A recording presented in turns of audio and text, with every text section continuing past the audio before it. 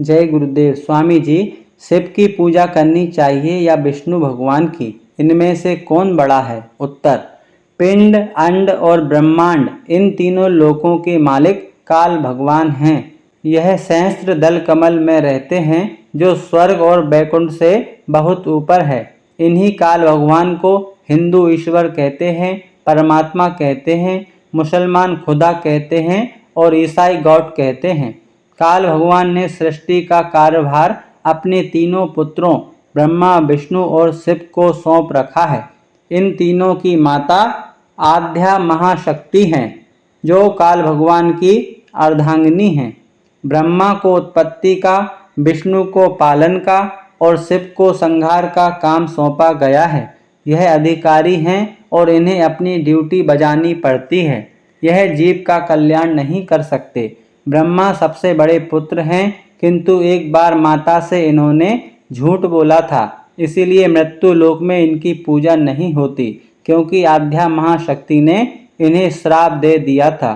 संत सद्गुरु जो सत्यलोक से आते हैं जीवों को जगाने के लिए, वह ईश्वर ब्रह्म पार ब्रह्म सबके मालिक होते हैं। वह तुम्हें सबसे मिला सकते हैं और जीवात्माओं के सच्चे हितैषी व हमदर्द होते हैं।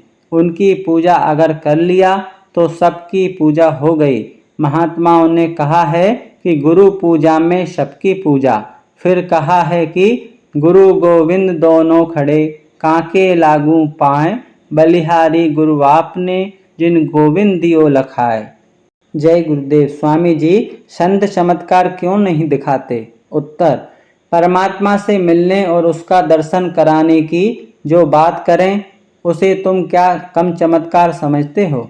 संत सर्व समर्थ होते हैं, उनसे बड़ा कोई नहीं। ईश्वर ब्रह्म पार ब्रह्म सब उनकी मर्जी के अंदर रहकर काम करते हैं।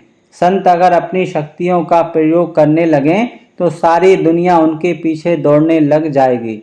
इसलिए करामात दिखाकर वह लोगों को प्रभावित नहीं करते हैं। काल के देश में जन्म मरण के चक्कर से जीवों को छुड़ाकर वापस उन्हें उनके घर सत्य देश अथवा सत्यलोक में पहुंचाना ही संतों का प्रमुख उद्देश्य होता है। जब तक कर्मों के लेन देन का हिसाब काल भगवान के देश का चुकता नहीं होता, तब तक कोई भी जीव उनके दायरे से बाहर नहीं जा सकता। इसलिए संत सेवा कराकर, ध्यान भजन कराकर, कुछ कर्मों को भुगताकर जीव को बंधन मुक्त कर देते हैं। किसी जीव पर यदि वे प्रसन्न हो जाएं, तो काल भगवान के यहाँ कर्मों का खाता जो रखा हुआ है उसे वे फाड़ भी देते हैं। यह काम अवतारी शक्तियाँ नहीं कर सकती, क्योंकि वे स्वयं कर्म के दायरे में रहती हैं। राम को बाली को मारने का बदला द्वापर में चुकाना पड़ा और बहेलिया ने छुपकर कृष्ण को तीर मारा था और उसी वेदना में उन्होंने शरीर त्याग दिया। जो जिस रूप में कर्म करता है उसको उसी रूप में बदला चुकाना पड़ता है। यही यहाँ का विधान है और संतजन साधारणतया उसमें छेड़छाड़ नहीं करते। जय गुरुदेव।